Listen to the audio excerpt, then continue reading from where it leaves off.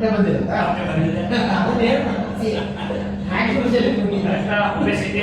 Obesity ಸ್ವಲ್ಪ ನಮ್ದು ಸುಸ್ತಾಗುತ್ತೆ, ಈ ತರ ಸಮಸ್ಯೆಗಳಾಗುತ್ತೆ, ಸ್ಕಿನ್ ನಮ್ದು ಹಾಳಾಗ್ತಾ ಇದೆ. ಈ ತರದ್ದು ಸುಮಾರು 300ಕ್ಕಿಂತ ಹೆಚ್ಚು ಸಿಂಪ್ಟಮ್ಸ್ ಇದಾವೆ. ಇವೆಲ್ಲ ಏನಾಗುತ್ತೆ ಅಂತಂದ್ರೆ ಎಲ್ಲೋ ನಾವು ಒಂದು ಕಡೆ ಯಾವ ಕಡೆ ಹೋಗ್ತಾ ಇದೀವಿ, ಡಿಸೀಸ್ ಕಡೆ ಹೋಗ್ತಾ ಇದೀವಿ, ಕರೆಕ್ಟಾ?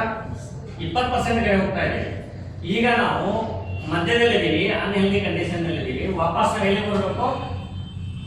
ಹೆಲ್ದಿ ಬರಬೇಕು 5%ಗೆ. ಅಥವಾ ಯಾವ್ದಾದ್ರೆ 20%. ಆ 20% ಯಾರು? ಕ್ರೋನಿಕ್ ಕಾಯಿಲೆಗಳು, ಕ್ಯಾನ್ಸರ್ ಆಗಿರ್ಬೋದು, ಕಿಡ್ನಿ ಫೇಲ್ಯೂರ್ ಆಗಿರ್ಬೋದು, ಇನ್ಯಾವುದೇ ಗಂಭೀರ ಕಾಯಿಲೆಗಳನ್ನು ವಾಸಿ ಮಾಡೋಕ್ಕೆ ತುಂಬಾ ಸಮಸ್ಯೆ ಇರುವಂತಹ ಕಾಯಿಲೆಗಳನ್ನು ನಾವು ಡಿಸೀಸ್ ಅಂತ ಕರಿತೀವಿ.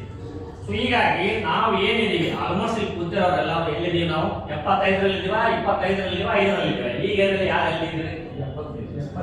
75ರಲ್ಲಿದ್ದೀವಿ. ನಾವು ಡೇಂಜರ್ಗೂ ಹೋಗ್ಬೋದು, ಸೇಫ್ಟಿಗೂ ಹೋಗ್ಬೋದು, ಕರೆಕ್ಟಾ? ಹೀಗಾಗಿ ನಾವು ಗಮನ ಕೊಡಬೇಕಾಗಿರೋದು ನಮ್ಮ ಒಂದು ಆರೋಗ್ಯ. ಈಗ ಮಾರ್ಕೆಟ್ ಅಲ್ಲೂ ನಾವು ಹೋಗೋಣ, ಈಗ ನಾವು ಯಾರನ್ನ ಟಾರ್ಗೆಟ್ ಮಾಡಬೇಕು? ಈ 75 ಜನಕ್ಕೆ ಟಾರ್ಗೆಟ್ ಮಾಡಬೇಕು. ಬಿಸ್ನೆಸ್ ಏನ್ ಜಾಸ್ತಿ ಮಾಡುತ್ತೆ? ಈಗ ನಾವು ಡಿಸೀಸ್ ಹೇಳ್ತಾರೆ, ನಮ್ಮ ಅಪ್ಪ ಕಿಡ್ನಿ ಫೇಲ್ ಆಯ್ತು, ಏನಾದ್ರು ರೆಡಿ ಮಾಡ್ತಂದ್ರೆ ಇಡೀ ಊರೆಲ್ಲ ಇದೆಲ್ಲ ಕೇಳಿದ ಬಂದಿದೆ. ಯಾವಾಗ ಬಿಸ್ನೆಸ್ ಬರೋದಿಲ್ಲ. ನಂದು ಶುಗರ್ ಕಡಿಮೆ ಮಾಡಿದ್ರೆ ನಾನು ಇಡೀ ಊರೆಲ್ಲ ಜಾಯಿನ್ ಮಾಡ್ತೀನಿ. ಆಮೇಲೆ ಕಾಯಿಲೆ ಈ ತರ ನಾವು ಫೋಕಸ್ ಮಾಡಬೇಕಾಗಿರೋದು ಈ 75%ನೇ. ಮತ್ತು ನಾವು ಗಮನ ಕೊಡಬೇಕಾಗಿರೋದು ಈ 75% ಬರುವಂತ ಲಕ್ಷಣಗಳ ಮೇಲೆ. ಈಗ ನಮ್ಗೆ ಏನಾದ್ರು ಈ ಸಿಂಟಮ್ಸ್ಗಳೆಲ್ಲ ಇದ್ರೆ, ಈಗ ಮನೆಯಲ್ಲಿ ಹೆಣ್ಮಕ್ಳಿಗೆ ಊಟದ ಸಮಸ್ಯೆ ಆಗಿರ್ಬೋದು, ಹೆರ್ಪಾಲ್ ಸಮಸ್ಯೆ ಆಗಿರ್ಬೋದು, ಥೈರಾಯ್ಡ್ ಸಮಸ್ಯೆ ಆಗಿರ್ಬೋದು, ಈ ತರ ಯಾವುದೇ ಸಮಸ್ಯೆಗಳು ಏನಿದಾವಲ್ಲ ಇವೆಲ್ಲದ್ರ ಕಡೆ ನಾವು ಗಮನ ಕೊಡ್ಬೇಕಂದ್ರೆ ನಾವು ಆರೋಗ್ಯಕರ ಇರಬೇಕಾಗುತ್ತೆ. ಆರೋಗ್ಯಕರ ಇರಬೇಕಂದ್ರೆ ನಮಗೆ ಮಲ್ಟಿ ನ್ಯೂಟ್ರಿಯೆಂಟ್ಸ್ ಬೇಕು.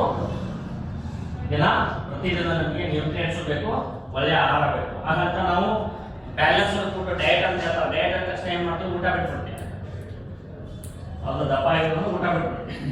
ಅದರಿಂದ ಏನಾದ್ರು ನಮ್ಗೆ ವೇಟ್ ಕಡಿಮೆ ಆಗುತ್ತಾ? ಆಗೋದಿಲ್ಲ. ಬ್ಯಾಲೆನ್ಸ್ ಫುಡ್ ಅದನ್ನು ನಮ್ಮ ಆಹಾರದಲ್ಲಿ ಸಮ ಪ್ರಮಾಣವಾಗಿ ನಾವೇನು ತಗೊಳ್ತಾ ಇದೀವಿ, ಅದು ಕಾರ್ಬೋಹೈಡ್ರೇಟ್ಸ್ ಆಗಿರ್ಬೋದು, ಪ್ರೋಟೀನ್ಸ್ ಆಗಿರ್ಬೋದು, ವಿಟಮಿನ್ಸ್ ಆಗಿರ್ಬೋದು, ಮಿನರಲ್ಸ್ ಆಗಿರ್ಬೋದು, ಹಣ್ಣು ಹಂಪಲುಗಳಾಗಿರ್ಬೋದು, ಮತ್ತೆ ಹಸಿ ತರಕಾರಿಗಳಾಗಿರ್ಬೋದು. ಆಮೇಲೆ ಯಾರಿಗೆ ಅರ್ಥೈಟಿಸ್ ಸಮಸ್ಯೆ ಇರುತ್ತೆ, ಗ್ಯಾಸ್ಟ್ರಿಕ್ ತುಂಬಾ ಸಮಸ್ಯೆ ಇರುತ್ತೆ, ಅಸಿಡಿಟಿ ಸಮಸ್ಯೆ ಇರುತ್ತೆ, ಡೈಜೆಷನ್ ಪ್ರಾಬ್ಲಮ್ ಇರುತ್ತೆ, ಹಸಿ ತರಕಾರಿಗಳನ್ನು ನೋಡ್ಕೊಂತಿರ್ಬೇಕಾಗುತ್ತೆ.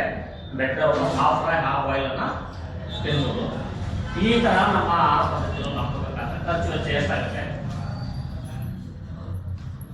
ಸಾಕಾಗತ್ತಲ್ಲ? ದಿನ ನಾವು ಹಣ್ಣು ತಿನ್ನಕ್ಕಾಗತ್ತಾ? ದಿನ ನಾವು ಹಸಿ ಊಟ ತರಕ್ಕಾಗತ್ತಾ? ಆಗಲ್ಲ. ಇವನ್ನೆಲ್ಲ ನಾವು ಮಾಡ್ಕೊಂಡು ತಿಳ್ಕೊಳ್ಳಿ. ಹೊರಗಡೆ ಪ್ರಕೃತಿ ಏನಾಗಿದೆ, ಇವಾಗ ಹೊರಗಡೆ ಬಂದಿದ್ದೀವಿ, ಹೊರಗಡೆ ತಿನ್ಬೇಕು. ಹೊರಗಡೆ ಓಡಾಡ್ತಾ ಇದ್ವು ಅಂತಂದ್ರೆ ನಮಗೆ ಈ ವಾತಾವರಣದಲ್ಲಿರುವಂತ ಪ್ರದೂಷಣ ಏನಿದೆ ಅಲ್ಲ, ಇವೆಲ್ಲ ಏನ್ ಮಾಡ್ತಾರೆ?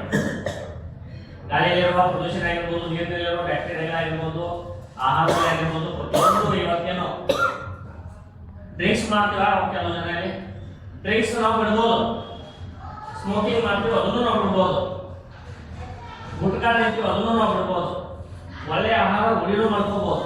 ಬಟ್ ಈ ಪ್ರಕೃತಿಯಲ್ಲಿ ಹೊರಗಡೆ ಆಗ್ತದೆ ತಪ್ಪಿಸಕ್ಕೆ ಸಾಧ್ಯತೆ ಇಲ್ಲ ಅಂತ 100% ಇಲ್ಲ. ಯಾರನ್ನು ತಪ್ಪಿಸಕ್ಕೆ ಸಾಧ್ಯ ಇಲ್ಲ, ಯಾರೇ ಬಂದ್ರು ಆಗ್ತದೆ. ಸೊ ಹೀಗಾಗಿ ಈ ಎಲ್ಲ ಪ್ರದೂಷಣಗಳು ಏನಾಗ್ತದೆ ಅಂತಂದ್ರೆ ನಮ್ಮ ಸೆಲ್ಸ್ ಮೇಲೆ ಒಂದು ಆಕ್ಸಿಡೇಟಿವ್ ಸ್ಟ್ರೆಸ್ ಅಂತ ಕರೀತಾರೆ. ಮಾನಸಿಕ ಒತ್ತಡ ಬಹಳ ಇದೆ ಅಂತ ಹೇಳ್ತೇವಲ್ಲ, ಹಂಗೆ ಈ ಸೆಲ್ಸ್ ಮೇಲೆ, ಮೂಲ ಸೆಲ್ಸ್ ಮೇಲೆ ನಮ್ಮ ಶರೀರ 3 ಲಕ್ಷ ಕೋಟಿ ಅನೇಕ ಸೆಲ್ಸ್ ಗಳಿಂದ ರೆಡಿ ಆಗಿದೆ. ಬಟ್ ಮೂಲ ಸೆಲ್ ಯಾವುದು? ಒಂದೇ ಸ್ಟೆಮ್ ಸೆಲ್, ಕರೆಕ್ಟಾ? ಡಿಫ್ರೆಂಟ್ ಸೆಲ್ಸ್ ಇದಾವೆ ನಮ್ಮ ಬಾಡಿ. ಪ್ಯಾಂಕ್ರಿಯಾಸ್ ಸೆಲ್ಸ್ ನಮಗೆ ಮರಣ ಪ್ರಮಾಣ ಜಾಸ್ತಿ ಆಯ್ತು ಅಂದ್ರೆ ನಮ್ಗೆ ಏನಾಗುತ್ತೆ? ಪ್ಯಾಂಕ್ರಿಯಾಸ್ ಫಂಕ್ಷನ್ ಕಡಿಮೆ ಆಗಕ್ಕೆ ಸ್ಟಾರ್ಟ್ ಆಗುತ್ತೆ, ಇನ್ಸುಲಿನ್ ಕಡಿಮೆ ಉತ್ಪಾದನೆ ಆಗಕ್ಕೆ ಸ್ಟಾರ್ಟ್ ಆಗುತ್ತೆ, ಡಯಾಬಿಟಿಕ್ ಬರುತ್ತೆ. ಹೀಗೆ ಲಿವರ್ ಸೆಲ್ಸ್ ನಮ್ಮಲ್ಲಿ ಕಡಿಮೆ ಆಗಕ್ಕೆ ಸ್ಟಾರ್ಟ್ ಆಗ್ತದೆ, ಲಿವರ್ಗೆ ರಿಲೇಟೆಡ್ ಪ್ರಾಬ್ಲಮ್. ಪ್ರತಿಯೊಂದು ನಮ್ಮ ಶರೀರದ ಯಾವ ಅಂಗಾಂಗಗಳ ಸೆಲ್ಸ್ಗಳು ಅದರ ಡೆಫಿಷಿಯನ್ಸಿ ಕಡಿಮೆ ಆಗುತ್ತೆ, ವೀಕ್ ಆಗ್ತಾ ಹೋಗುತ್ತೆ, ಅವೆಲ್ಲ ನಮಗೆ ಆ ಅಂಗಾಂಗಕ್ಕೆ ಸಂಬಂಧಪಟ್ಟ ಕಾಯಿಲೆ ಬರ್ತವೆ. ಇದಕ್ಕೆ ಏನಾಗುತ್ತೆ? ಈ ಸೆಲ್ಯುಲರ್ ಆಕ್ಸಿಡೇಟಿವ್ ಸ್ಟ್ರೆಸ್ ಅಂತ ಹೇಳ್ತಾರೆ. ಈ ಆಕ್ಸಿಡೇಟಿವ್ ಸ್ಟ್ರೆಸ್ ಬರ್ಲಿಕ್ಕೆ ಕಾರಣ ಏನು? ಫ್ರೀ ರ್ಯಾಡಿಕಲ್ಸ್ ಅಂತ ಹೇಳ್ತಾರೆ. ಫ್ರೀ ರ್ಯಾಡಿಕಲ್ಸ್ ಅಂದ್ರೆ ಏನು?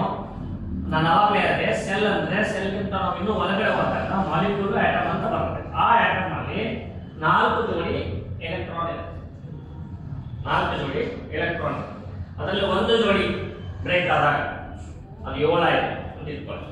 ಸೊ ಆ ಒಂದು ಸೆಲ್ ಅನ್ನ ಫ್ರೀ ರೇಡಿಕಲ್ ಅಂತ ಕರೀತಾರೆ. ಅದೇನ್ ಮಾಡುತ್ತೆ, ಪಕ್ಕದ ಸೆಲ್ಸ್ ಅನ್ನು ಹಾಳು ಮಾಡಕ್ಕೆ ಹಾಗೆ ಆ ಹಾಳು ಪ್ರಮಾಣ ಜಾಸ್ತಿ ಆಗಕ್ಕೆ ಸ್ಟಾರ್ಟ್ ಆಗುತ್ತೆ. ಏನು ಈ